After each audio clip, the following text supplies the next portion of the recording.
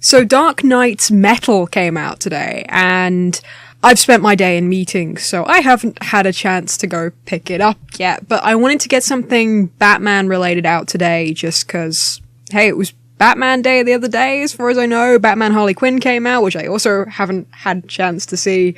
My schedule is so damn busy, and I probably won't be free for another few days.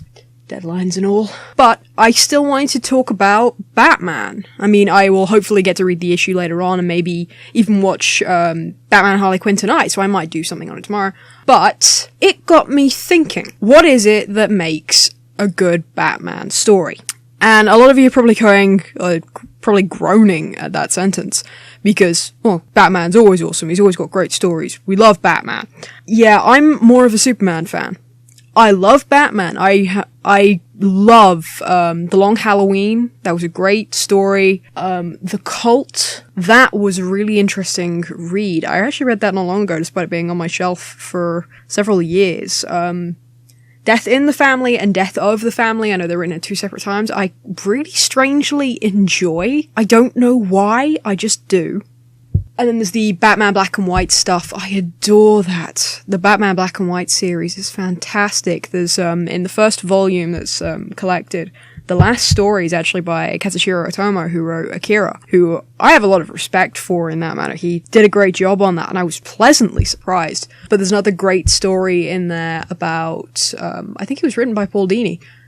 It must be because I'm imagining the art right now, and yeah, that was probably Paul Dini, but it's like Two-Face gets surgery done to go back to looking to normal, and he falls in love with a girl who happens to have a twin, and it was a really interesting story, and what's great about the Black and White is I think they only get about 4 pages to tell a story, so it's kind of like a 2000 AD Future Shock. I mean, there's some great stuff in there. I'm not so much reading Batman right now. I read the first collection by Tom King, I Am Gotham. I surprisingly enjoyed that, although I feel like I need to reread it. I don't know why, I just get the sensation that I need to reread it, but I was thinking about this question the other day of what makes a great Batman story.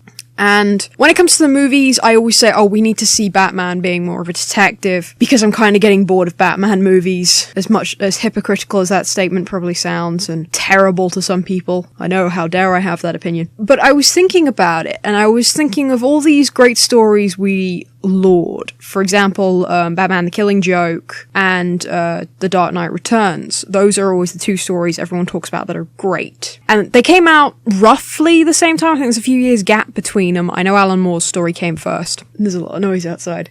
And recently, in the last couple years, we had a run by Scott Snyder and Greg Capullo, and that has been heavily praised.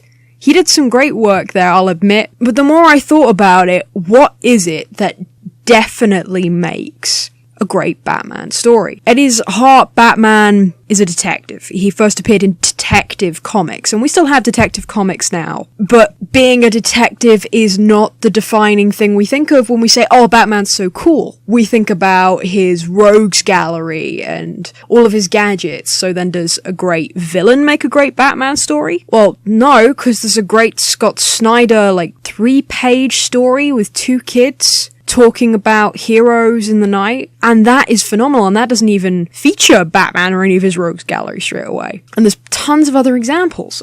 Is it Bruce Wayne's origin and upbringing that makes him great? Well, that can't just be it, because we had great stories with Dick Grayson as Batman. Especially Scott Snyder's Black Mirror. Okay, is it his allies that make him great? Well, some people really don't like Damian Wayne. I like him, but that's just me. Jason Todd was famously killed off by people voting him off. Stephanie Brown was certainly not a good Robin. She was a great spoiler, and I'm glad she's back from what I hear.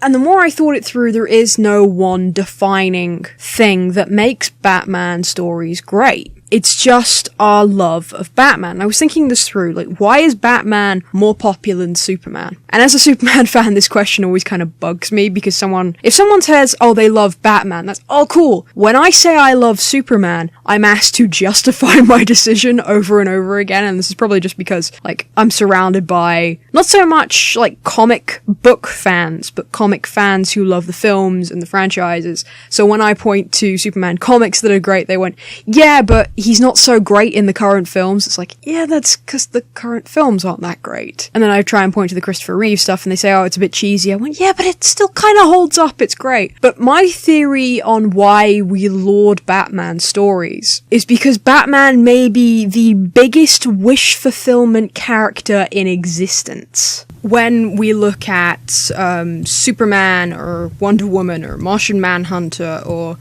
anyone like that, we're looking at characters we couldn't possibly be. We don't come from Krypton, we don't come from Themyscira, we don't come from Mars. We come from Earth. We are human. Flesh and blood. Doesn't matter what race, gender, any of that, we're human. And with Batman, we see someone who can go toe-to-toe with gods and monsters. Batman is complete wish fulfillment. And we always say, you know, if I had the money and I had the time and the training, I could do that. And my response is usually, okay, when are you killing your parents? Which is a very poor joke, and I have to very much watch who I say that around. But you see what I mean. Batman is wish fulfillment of the highest order. And when we read a Batman story where he comes out on top, we're seeing ourselves come out on top. And we could say that about any superhero, especially with Marvel's big diversity push of a superhero for everyone. Everyone must have some kind of hero they can point to and say, that's me. And Batman is such an old character now that everyone knows him. Everyone knows his origin. There's no way around it. Children who can barely speak can probably recognize the bat symbol. So why do we so rarely point to a very bad Batman story? Why does every Batman story we bring up end up being pure gold? Or at least in most people's eyes. Like, Batman can do no wrong. So anyone who's actually bothered listening to this rambling, I want you to do me a favor. In the comments, post any Batman story you love, any Batman story you hate, anything you think is overhyped, and tell me why, because this is something I want to talk about. And one day I will quite happily defend my love of Superman. At the end of the day, Superman was there for me when I wasn't feeling great. I had a ton of Superman comics, I just read them and I felt better. And that could probably work for God knows how many fans of any superhero. But with Batman, he seems to be the one highest lauded. So if you've got a few minutes, just go into the comments and let me know. What's your favourite or most despised Batman story and why? Everyone's entitled to an opinion. So that's about all I have to say. I know this was very rambly, and I probably should have just read Dark Days Metal or watched Batman Harley Quinn and then done a video, done a podcast on that. But this has been something I've been thinking of for a few days, and it's just, I wanted to ask people, what's your opinion? That's the point of these, to start or continue discussions and just talk. If you like this kind of content, then think of subscribing. You don't have to. There's plenty of channels I don't subscribe to for ages. I just listen to and then eventually take the plunge. But, you know, give us a thumbs up if you liked it. And like I said, leave a comment. It's really interesting to see what people write. We have links in the description to the website. I have an article hopefully either coming out tonight or tomorrow about Jessica Jones, surprisingly.